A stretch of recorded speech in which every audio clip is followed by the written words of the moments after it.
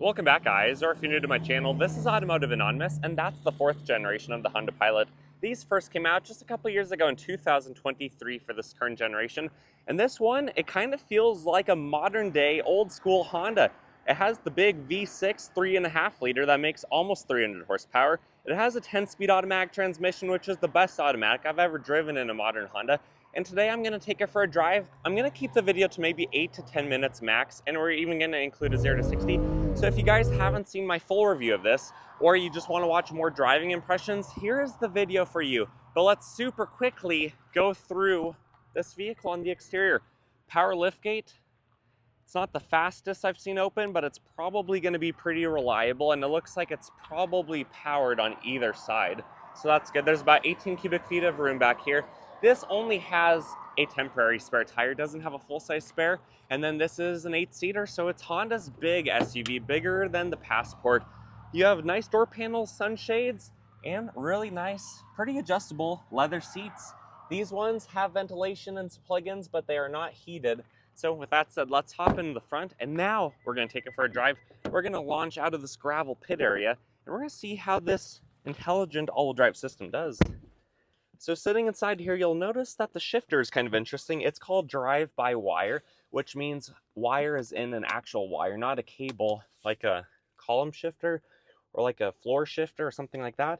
So we're going to go into drive. I still have it in sport mode, traction off. Let's see if this spins the tires. Let's maybe just straighten up a little bit on the gravel. But otherwise, initial thoughts just sitting in here.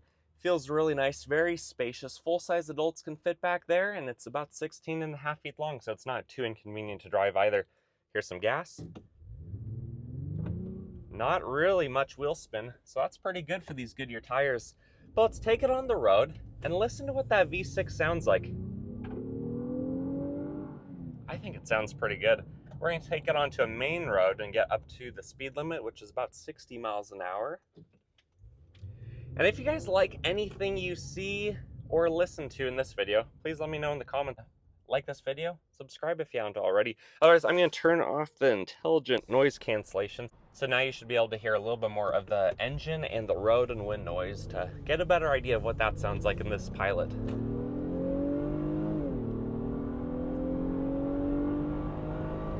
So this again is a 10-speed automatic. It actually shifts very well, very crisp, until you try to use the paddle shifters. When you turn those on, it's very slow. Slower than I would expect this to be. And then it doesn't let you usually, oh, that time it actually did let us go down lower. Upshift, not very fast.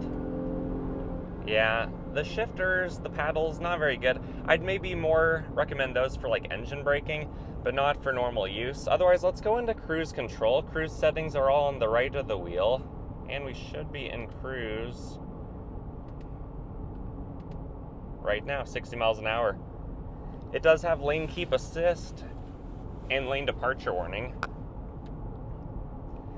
Let's see what it does with this little, oh, there was a little bit of sideways action, and it's beeping at us, or not beeping, but flashing, I should say, to let us know to hold onto the wheel. Anything you see that doesn't quite look right in this video is, of course, CGI. But overall, it's pretty quiet outside today. The air quality is not good, but the wind is pretty low. So I don't really hear a lot of wind on the glass. We don't have the sunroof, so there's no rattling or creaking in the ceiling either. And these Goodyear tires, which are basically just an all-season, they're not really kicking up any rocks. I did notice right there where there was a slow down turn lane that it did try to do a little shift and then it corrected itself. So just like all adaptive cruise settings and systems, don't trust it completely. It's an assisted setting. It's not a hands-free, program. And it is going to let you know that it wants you to input some steering response. This doesn't beep at you like a Subaru does or like some other vehicles do. But let's slow down here, let's brake, and let's see how this 4,500-pound SUV does. Ooh, you definitely have to give it some brakes. But at least the pedal's linear, and the harder you push, the faster it slows you down, so it doesn't feel weak or unresponsive or anything. It just feels like it's a big vehicle. There's a lot of mass to it, and for being a 3-row SUV, what can I say? This is usually just how they drive, but being the Honda, being the V6 that's been around for literally 20 years now, I just think that this is a really good powertrain. I think this is going to last for several 100,000 miles with nothing more than oil changes and some serpentine belt replacements probably. If you guys know about maintenance issues on these, comment below. You could always join some of the social media forums to learn more about this platform. But personally, I think it's going to be a really good Honda. It just feels very straightforward, very basic. Sure, for $45,000, you might expect the speakers to sound better. They don't sound great. They're not like washed out, but they are shallow. There's not a lot of depth or bass to them, at least in how this one's configured right now. The touchscreen up here, it's okay. It's not fantastic. It does have Android Auto and Apple CarPlay, which is a nice feature to have, and I think every current vehicle should have that if it doesn't already offer it.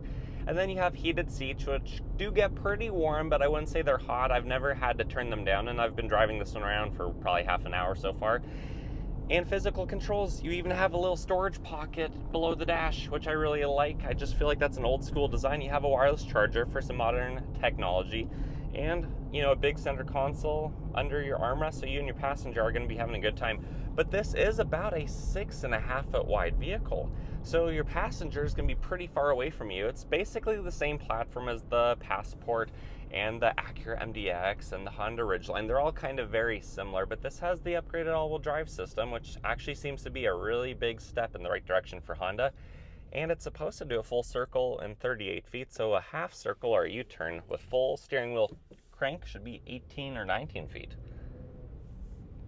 Yeah, that's not too bad. That's pretty similar to a lot of the Subarus I drive and the Mazdas.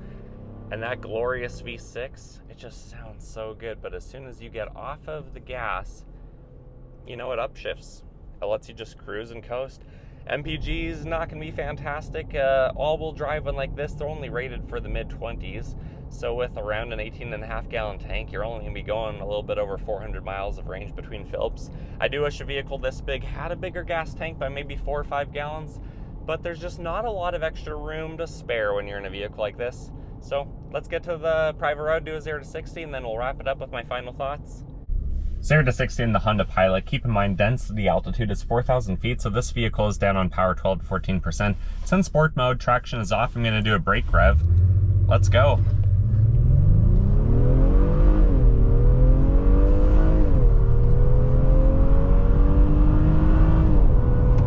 And true 0 to 60 came in at 7.82 seconds. Given the fact that we are so high above sea level, I really don't think that's too bad. Under 8 seconds in our elements is really pretty decent, especially for a 3-row V6 naturally aspirated SUV. I can't complain too much about that, especially when it feels like such a solid power plant. But even just all the materials in this, they just feel really good. They feel like they're gonna last for basically forever. And a lot of modern vehicles are having a lot of cheapness and reliability problems and things like that surfacing. And based off of my initial impressions of this, I just don't see where the flaws would be. It's a proven power plant. Sure, the 10-speed transmission, that is a little bit newer than the old ones, but overall, I just think that this is a really good vehicle, and I'm impressed that Honda still offers it. Now we just need to get the price tag down a little bit. Anyways, guys, if you liked anything you saw or heard today, please like this video, comment your thoughts and opinions below, subscribe if you haven't already. Hope to see you on the next one, but until then, whether or not you come back, take care. See you guys.